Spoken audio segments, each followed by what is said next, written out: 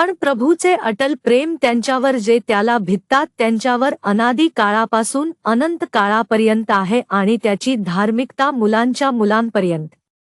रविवार 18 जानेवारी 2026। आज सकाळच्या आमच्या ध्यानासाठी मी भजनसंग्रह 137 ओळ 4 मधून निवडले आहे। आम्ही परदेशी भूमीत प्रभूचे गीत कसे गाऊ। शुभ प्रभात मित्रांनो, ज्या काही गोष्टींमधूनही आपण जाऊ तरी प्रभूला आठवून त्याचे नाव गौरवावे, या ओळीवर आपण ध्यान करूया। आजच्या सकाळच्या ध्यानाचे विषय आहे एक नवे गीत। हा भजनसंग्रह इस्रायेलच्या लोकांबद्दल आहे जेव्हा त्यांना बाबेलकडे नेले गेले होते, जेव्हा त्यांनी त्यांची भूमी गमावली, मंदिरात पूजा करण्याची स्वातंत्र्य गमावले आणि त्यांच्याकडे काहीच नव्हते, पण ते नेबुकदनेझर द्वितीयच्या सामर्थ्य आणि पराक्रमाखाली असावे लागले। या परिस्थितीत ते बाबेलच्या नद्यांच्या काठावर बसले आणि त्यांना एक नवे गीत गायला सांगितले गेले।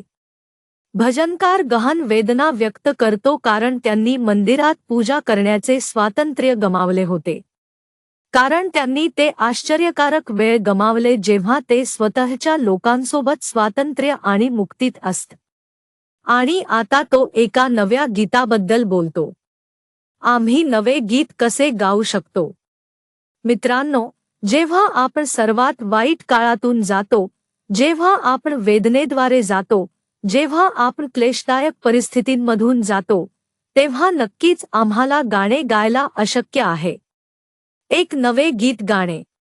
तरीही आपण लक्षात ठेवू, ज्या काही गोष्टींमधूनही आपण जाऊ, प्रभू आपल्यासोबत आहे।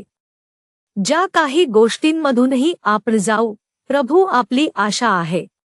ज्या काही प्रमाणे आपण तुटलेलो, चुरगळलेलो आहोत, कितीही तुकडे झाले आहोत, प्रभूच आपल्यासाठी गोष्टी नीट करतो, कारण प्रभू आपल्याला प्रेम करतो, कारण प्रभूने आपल्यासाठी महान आणि आश्चर्यकारक गोष्टी केल्या आहेत। वेदना, अश्रू, तुटणे असूनही आपण गायचे, प्रभूसाठी एक नवे गीत गायचे, त्याची स्तुती करायची, त्याचे आभार मानायचे, त्याची उपासना करायची। आपण एक नवे गीत गायचे। प्रार्थना। कृपाळू देवा, आमचे स्वर्गीय पिता, आम्ही तुझे आभार मानतो, तुझे गुणगान करतो। आम्हाला मदत कर प्रभू, तुझ्या इच्छेनुसार सर्व काही करण्यास, तुझ्या गौरवासाठी। ख्रिस्ताच्या नावाने आम्ही प्रार्थना करतो, आमेन।